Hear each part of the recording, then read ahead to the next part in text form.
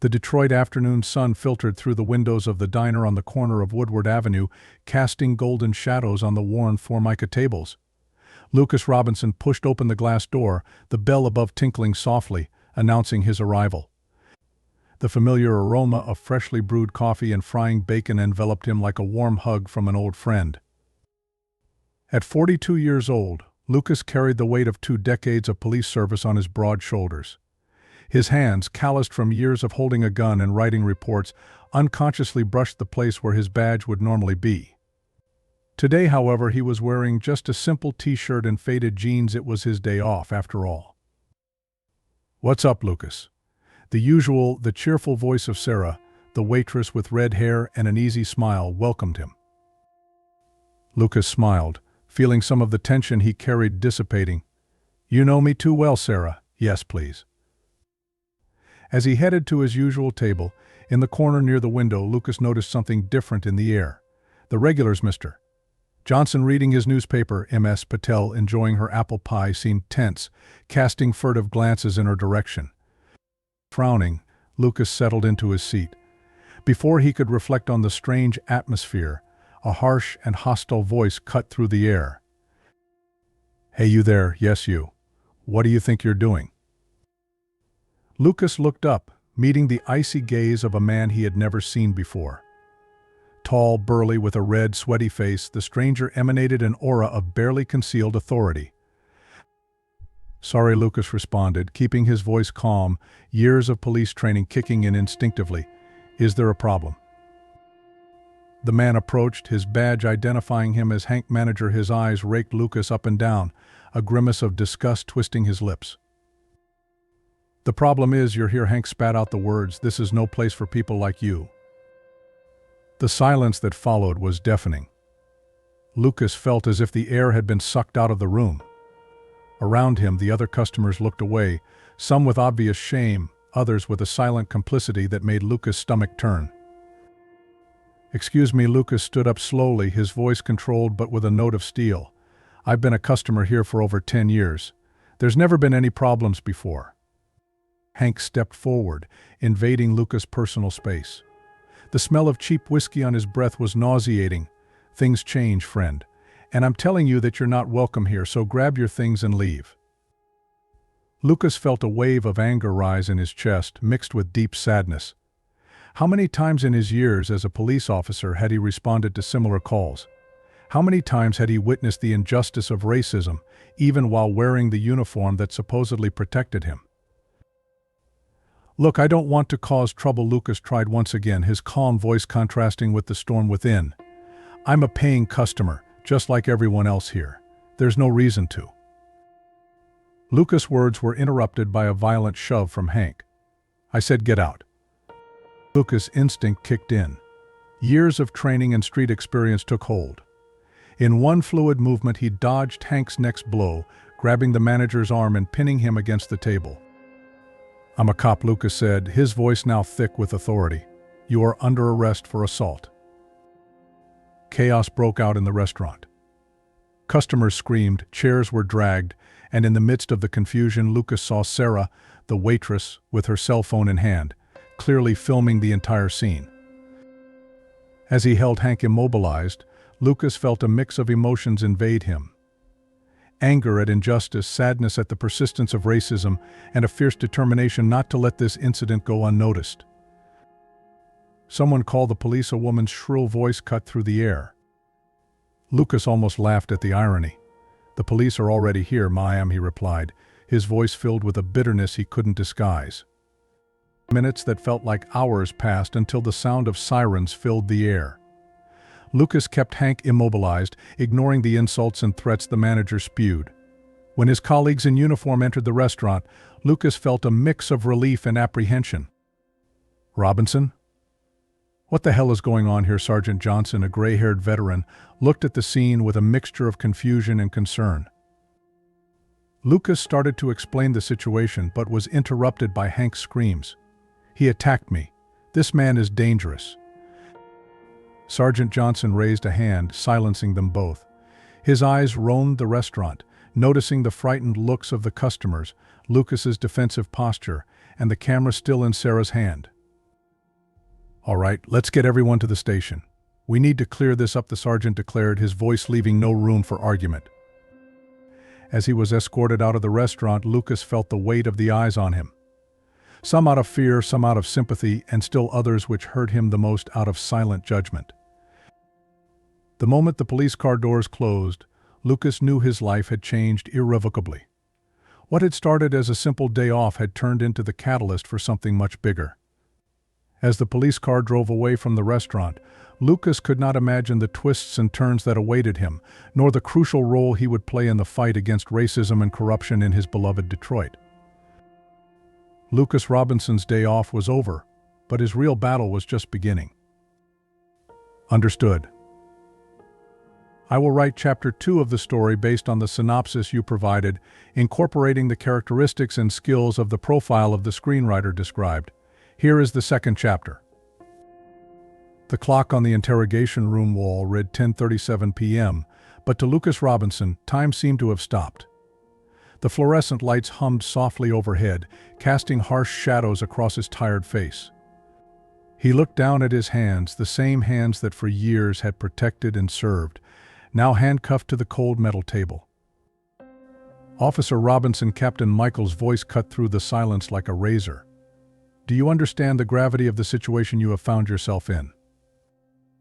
Lucas looked up, meeting his superior's stern gaze. He had known Michaels for years, a fair man but inflexible when it came to the rules.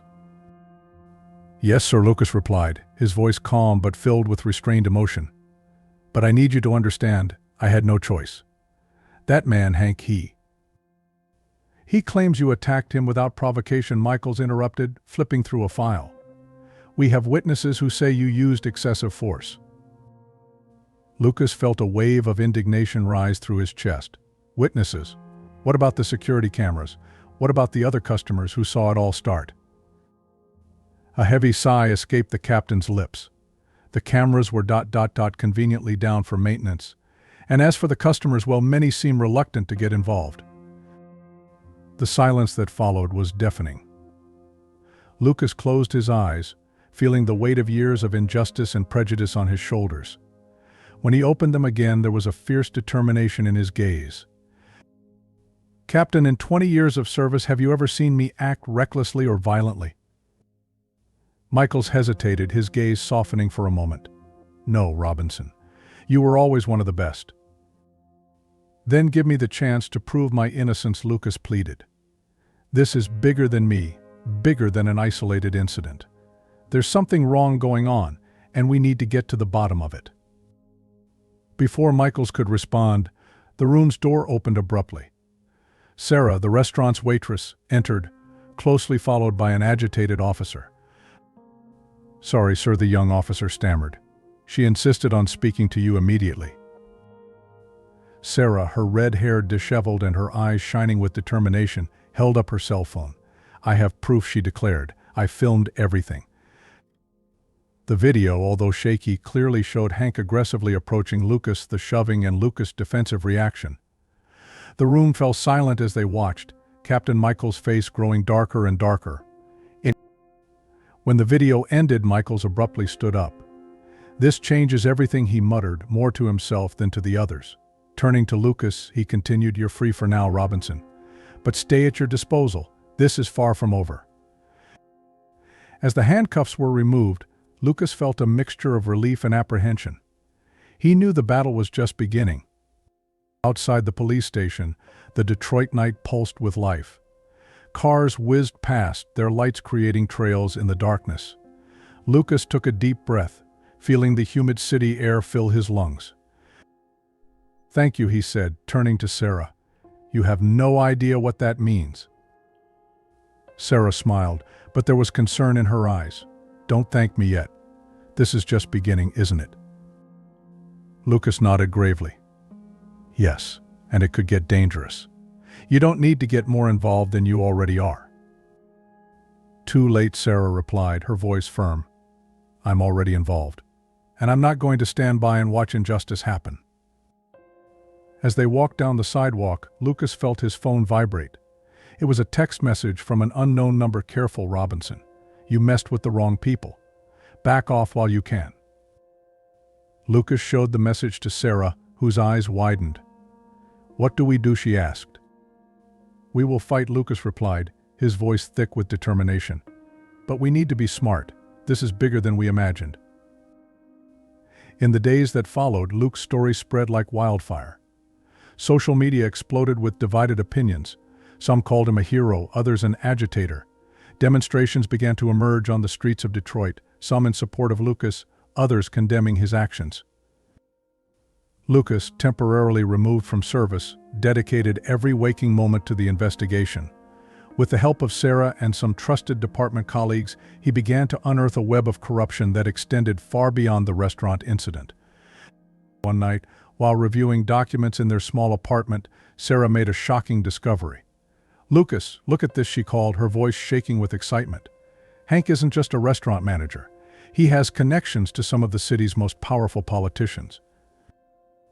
Lucas leaned over the laptop, his eyes quickly scanning the information. Photos of Hank at Gallus, shaking hands with influential figures, documents showing suspicious financial transactions. "My God," Lucas murmured. "That's huge." At that moment, as if the universe wanted to confirm the gravity of the situation, the sound of breaking glass echoed through the apartment. A rock landed in the middle of the room, wrapped in a piece of paper. His heart racing, Lucas unfurled the message, "Last chance, Robinson. Stop now or face the consequences." Sarah grabbed Lucas' arm, her face pale with fear. "They know where you live. What are we going to do?" Lucas looked at the broken window, then at the scattered documents, and finally at Sarah. In his eyes, a mixture of fear and fierce determination. "Let's continue," he said, his voice firm. "We can't back down now. We have to expose all of this, no matter the cost." As sirens began to sound in the distance, Lucas and Sarah exchanged a look of mutual understanding. The night would be long, and the path ahead dangerous. But they were determined to move forward, knowing that truth and justice were worth the risk. Lucas's battle against racism and corruption in Detroit was just beginning, and the stakes had never been higher. Understood. I will write Chapter 3 of the story based on the synopsis you provided previously, incorporating the characteristics and skills of the profile of the screenwriter described. Here is the third chapter. The sky over Detroit dawned in shades of gray and orange, the city waking up to another day. But for Lucas Robinson and Sarah, the day was never really over. Sitting in a discreet suburban cafe, away from the watchful eyes that now seemed to be everywhere, they reviewed the evidence collected over the past few weeks. Lucas rubbed his tired eyes, the deep circles under his eyes testifying to sleepless nights. "All of this," he muttered, gesturing to the papers spread out on the table, "goes far beyond a simple incident of racism." Sarah nodded, her normally cheerful face now etched with concern. "It's a whole network, Lucas. Politicians, business people, even some police officers. All connected in some way to Hank." Hank's name hung over them like a dark cloud. Since the incident at the restaurant, the man had disappeared, becoming a ghost that haunted not only Lucas, but the entire city of Detroit. "We need to find him," Lucas declared, his voice thick with determination. "Hank is the key to unlocking all of this." At that moment, Lucas' cell phone vibrated. It was a message from one of his contacts at the police department. "Robinson, we have a lead on Hank. He was seen in the waterfront. Careful, it looks like he's not alone." Lucas and Sarah exchanged looks. Adrenaline coursed through his veins, mixed with a healthy dose of fear. "Come on," Sarah said, already standing up. "We can't miss this chance." The ride to the port was tense, the silence between them filled with expectation and apprehension. As they approached, the smell of salt water and diesel filled the air. Abandoned warehouses and rusting containers created a maze of shadows and secrets. Lucas parked the car a safe distance away, his cop instincts on high alert. "Stay here," he instructed Sarah. "If something goes wrong, call for backup." Sarah grabbed his arm. "No way. We're in this together, remember." Before Lucas could protest, movement caught his attention. A familiar figure moved stealthily between the containers. Hank. With their hearts racing, Lucas and Sarah followed, staying in the shadows. As they advanced, voices began to reach them. ... I can't go on like this." Hank's voice sounded desperate. "They're getting too close." "Calm down," a second voice, cool and controlled, replied. "Everything is under control. Officer Robinson will be ... neutralized." Lucas felt a shiver run down his spine. He recognized that voice. It belonged to Counselor Thompson, one of the city's most influential politicians. Cautiously, Lucas and Sarah approached, hiding behind a rusty container. The scene unfolding before them was surreal. Hank, visibly shaking, was surrounded by three men in suits. Counselor Thompson, imposing in his expensive suit, dominated the conversation. "You've become a liability," Hank Thompson stated coldly. "Maybe it's time to cut our losses." The panic in Hank's eyes was palpable. "No, please, I can fix this." The sound of a gunshot cut through the air, echoing between the containers. Hank fell, a red stain quickly spreading across his shirt. Sarah stifled a scream, and Lucas had to use all his strength to stop her from moving.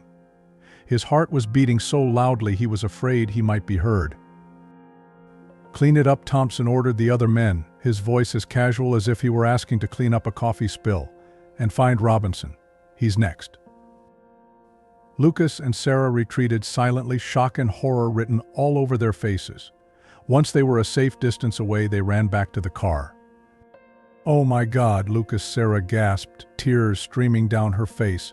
They killed him. "And you're next." Lucas started the car with shaking hands. "We need to go to the police. Now." But as they approached the police station, a crowd blocked the street. Posters and screams filled the air. "Justice for Robinson, enough corruption." News of the incident at the restaurant and Lucas' subsequent discoveries had spread like wildfire. The community, tired of years of injustice and corruption, was finally rising up. Lucas stopped the car, observing the scene with a mix of emotions. Pride in their community's courage, fear for what was to come, and a renewed determination to see justice prevail. "What do we do now?" Sarah asked, her voice shaky but resolute. Lucas took a deep breath, the events of the last few hours weighing on him. "Now," he said, his voice gaining strength, "we fight. Not just for me, but for all who have been silenced, oppressed, and forgotten." They got out of the car, immediately surrounded by familiar and unfamiliar faces, all united by a common cause. Lucas felt a rush of emotion when he saw so many people willing to stand up by his side. As the crowd screamed for justice, Lucas knew the path ahead would be dangerous. Thompson and his allies would not give up easily, but looking at Sarah, at the determined faces around him, he felt a hope he hadn't felt in a long time. The real battle was just beginning. But for the first time, Lucas felt they had a real chance of winning. To transform Detroit, to face racism and corruption head-on. With a wave to the crowd, Lucas advanced toward the police station. It was time to confront his colleagues, to expose the truth no matter the cost. The city of Detroit was about to face its moment of truth, and Lucas Robinson was at the center of it all. The Detroit courthouse stood imposingly against the gray morning sky, its marble columns looking more intimidating than ever. Lucas Robinson adjusted his tie, feeling the weight of the moment on his shoulders. Beside him, Sarah squeezed his hand, offering an encouraging smile. "We're all with you, Lucas," she whispered, her voice shaking slightly with pent-up emotion. Lucas nodded, unable to speak. His eyes scanned the crowd gathered on the courthouse steps, known and unknown faces united by a common cause. Posters waved in the wind, demanding justice not just for him, but for everyone who had been silenced for so long. As they climbed the steps, Lucas couldn't help but reflect on the journey that had brought them here. The restaurant incident seemed like a lifetime ago, but the emotional scars were still fresh. Every step toward the courtroom doors was a step toward truth, justice, and, he hoped, healing. The interior of the courtroom buzzed with palpable energy. Journalists crowded the hallways, cameras flashing incessantly. Lucas felt the eyes on him, some supportive, some scrutinizing, and some filled with a hostility that made his stomach turn. When the courtroom doors opened, Lucas felt like he was entering another world. The smell of polished wood and old paper filled his senses. The judge, a man with gray hair and piercing eyes, looked over his glasses as Lucas and his legal team took their seats. Across the hall, Counselor Thompson and his lawyers exuded a confidence that made Lucas feel a pang of doubt. Had they done enough? Would the truth really prevail? The sound of the judge's gavel echoed through the room, silencing the murmurs. The case of State versus Thompson et al. Is in session, the judge announced, his deep voice filling the space. The hours that followed were a roller coaster of emotions. Witnesses were called, evidence presented. Lucas watched, his heart in his throat, as Sarah took the podium, her testimony about the events at the restaurant, and the report delivered with a strength he didn't know she possessed. When it was his turn to testify, Lucas felt the weight of thousands of eyes on him. Taking a deep breath, he began to tell his story. Not just recent events, but years of witnessed injustices from a system that seemed to be stacked against those it was supposed to protect. "I'm not just here for me," Lucas declared, his voice gaining strength as he spoke. "I'm here for every Detroiter who has ever felt invisible, who has ever been afraid to walk the streets of their city. I'm here because I believe we can be better, that we must be better."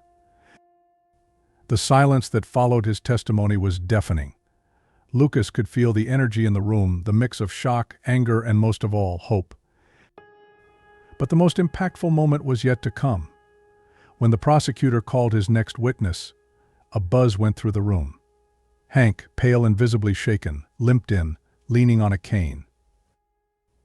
Lucas felt his heart skip a beat. The man he had seen shot, who he believed to be dead, was there, alive and apparently willing to testify. The story Hank told left the room in shock. Years of blackmail, threats, and corruption unfolded before them. The shooting at the port, he explained, had been an elaborate act to make him disappear, but conscience had prevented him from going through with the plan. I'm sorry," Hank said, looking straight at Lucas, tears in his eyes. "For everything. For the restaurant, for the system I perpetuated. I was wrong, so terribly wrong." The trial stretched on for days, each revelation more shocking than the last. The network of corruption that Lucas and Sarah had uncovered was just the tip of the iceberg.